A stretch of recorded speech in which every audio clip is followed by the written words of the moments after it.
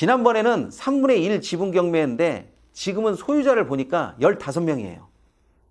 이것만 봐도 쉽게 형식적 경매까지 온 것은 아니라는 것을 금방 알 수가 있습니다.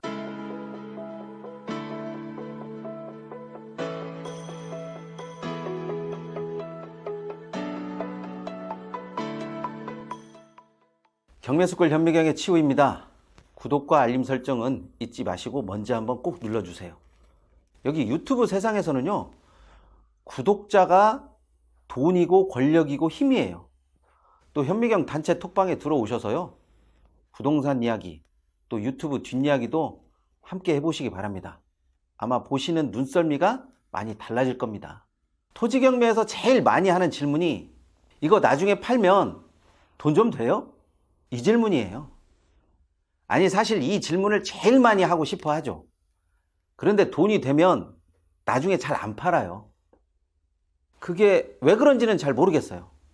오히려 돈이 안 되고 가격이 떨어진다라고 하면 그때 막 팔려고 노력하는 거죠. 대부분 토지 경매에서 위험 요소는 투자자의 한쪽으로 치우쳐져 있는 생각 때문이에요. 막연한 환상, 막연하게 좋게 될 것이다, 이것만 보려고 하기 때문에 이런 생각들이 제일 위험합니다. 여기에 초보자들 같은 경우에는 경험도 빈약한데 오로지 낙찰에만 목을 매요. 이러다 보니까 낙찰 이후에 전략이 수립되어 있지 않아요. 전략이 수립되어 있지 않으니까 낙찰 후에 마음고생을 정말 많이 합니다. 정말 많이 하는 것도 다 예상했다라고 하면 제가 할 말은 없습니다. 그렇지만 그래도 경험자가 좀 조언을 하면 잘 좀 들을 필요는 있습니다.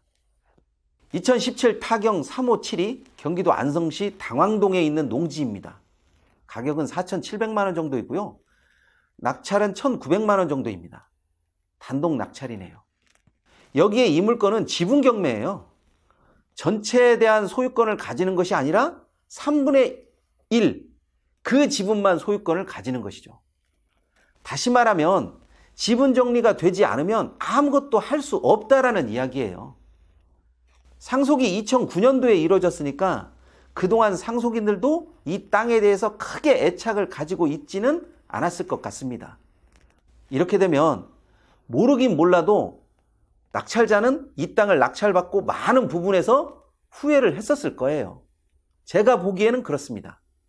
토지 경매는 낙찰 이후에 어떤 전략을 써서 얼마만큼의 이익을 얻고 또 어떻게 잘 마무리하고 나올 것인 거에 대한 그런 출구 전략이 없으면 솔직히 가격이 아무리 저렴하고 싸도 입찰 자체를 심각하게 고민해야 되는 거죠. 괜히 저렴하게 보여서 일단 낙찰부터 받고 나서 생각해 보자라고 하는 그런 생각은요, 아주 정말 초보적인 발상입니다. 그런 식으로 토지 경매나 부동산 경매를 접근하면 처음 한두 번은 모르겠지만 어느 순간 한 방에 훅 가는 수가 있어요. 이 물건은 다시 2011 타경 41427로 사건 번호가 바뀌어서 다시 경매에 등장합니다. 물론 크게 달라진 것은 없습니다. 다른 것이 있다면 그전에는 강제 경매였는데 지금은 형식적 경매라는 거, 즉 공유물 분할을 위한 경매라는 거죠. 무려 4년 만에 등장한 경매 물건인데 특이한 점이 또 있습니다. 감정 가격이 크게 뛰었다라는 거죠. 전에 진행되었던 경매에서는 감정 가격이 4,700만 원 정도였는데 지금은 2억 2천 정도가 되었어요. 여기까지만 놓고 보면 와, 그래도 성공한 거 아니야? 이렇게 생각할 수 있겠지만 그동안의 마음고생을 우리가 함부로 예측하고 재단할 수는 없는 일입니다. 지난번에는 3분의 1 지분 경매인데 지금은 소유자를 보니까 15명이에요. 이것만 봐도 쉽게 형식적 경매까지 온 것은 아니라는 것을 금방 알 수가 있습니다. 결과적으로 놓고 보면 그나마 그래도 다행이다, 이렇게 생각만 들 뿐이에요. 주변 사람들이나 회원들은 이 물건이 정말 좋은 물건인가요? 아무런 하자가 없어 보이는데요? 이렇게 질문을 많이 합니다. 제가 볼 때는 이렇게 빈약한 지식도 위험 요소입니다. 세상에 좋은 물건이 어디 있어요? 또 하자가 없는 물건이 왜 경매에 나옵니까? 여러분이 이렇게 간단하게 생각하면서 경매 물건을 본다면 지금 눈탱이 맞기 딱 좋은 위치에 놓여 있다라고 그렇게 보시면 됩니다. 토지 경매에서 좋은 물건은요, 투자자가 예상한 상황, 예측한 대로 시간이 흘러가서 토지에서 이익을 얻을 수 있는 그런 물건들이 좋은 물건이에요. 그리고 그런 것들을 알아보기 위해서는 어느 정도 지식이 있어야 하고 어느 정도 자신만의 노력이 함께 곁들여져야 합니다. 이런 지식과 경험이 없으면 남들이 낙찰받은 물건은 다 좋은 물건처럼 보이고요. 자신이 낙찰받은 물건은 그냥 딱 봐도 쓰레기처럼 그렇게 보입니다. 그래서 누군가 낮은 가격으로 토지 가격을 후려치면요, 땅이 꺼질 듯한 한숨을 쉬면서 걱정을 합니다. 반대로요, 바로 살 것도 아니지만 누군가 높은 가격을 제시하면 그냥 마음이 마구마구 우쭐해져서 웬만한 낮은 가격은 쉽게 마음에 들어오지도 않습니다. 왜 이 가격을 받아야 되는 것인지, 왜 이 정도 가격이 되는 것인지, 가격 형성에 대한 근거가 매번 흔들리기 때문에 쉽게 빠져나오기가 굉장히 힘이 듭니다. 누가 이 정도 가격은 충분히 받을 수 있다고 했어요. 정말 맞나요? 이 말도 제가 정말 많이 듣는 말 중에 하나예요. 그럴 때마다 제가 그렇게 말하는 사람을 물끄러미 쳐다봐요. 저렇게 쉽게 가격을 믿을 수도 있구나, 뭐 이런 생각을 하면서 그냥 봅니다. 부동산에서 가격은요, 그냥 부르는 가격을 호가라고 하고 실제로 거래되는 가격을 거래가격이라고 합니다. 호가를 기준으로 삼아서 이야기하면 저뿐만 아니라 누구도 할 말이 없어요.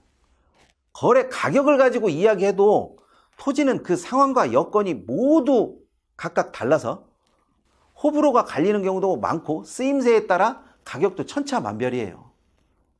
하나의 기준이 정답이라고 할 수는 없어요. 다만 누가 이 토지를 어떻게 활용할 것인지, 그리고 누가 어떻게 하면 이 토지의 가격이 높아질 수 있을 것인지, 이 부분에 초점을 맞추고 생각을 해야 합니다. 그런 생각을 하지 못하면요, 언제나 달콤한 말을 속삭이는 꾼들에게 당할 수밖에 없어요. 그렇게 하기 위해서는 자신이 물건에 대해서 어느 정도 판단할 수 있어야 하고요. 그래도 믿을 만한 사람의 조언도 성실히 받아들여야 된다고 생각을 합니다. 솔직히 이 바닥이 있으면요, 온갖 나쁜 쪽으로 꾼들이 난무합니다. 다 이익을 쫓아서 움직이는 것이 당연하지만 그래도 누군가는 좀 제대로 된 쓴소리를 해줘야 한다라고 생각을 해요. 안성시 당황동 토지의 낙찰 금액이 얼마가 될지는 저도 잘 모르겠어요. 다만 이것 한 가지는 확실히 알 수가 있습니다. 다음 낙찰자는 이 토지를 이용해서 더 나은 가치를 창출하려고 낙찰을 받을 겁니다. 이것은 확실해요. 손실을 보기 위해서 토지 경매에 뛰어드는 사람은 아무도 없어요. 이익을 위해서는 정확히 보고 또 정확히 판단하고 이런 식으로 해도 될똥말똥해요.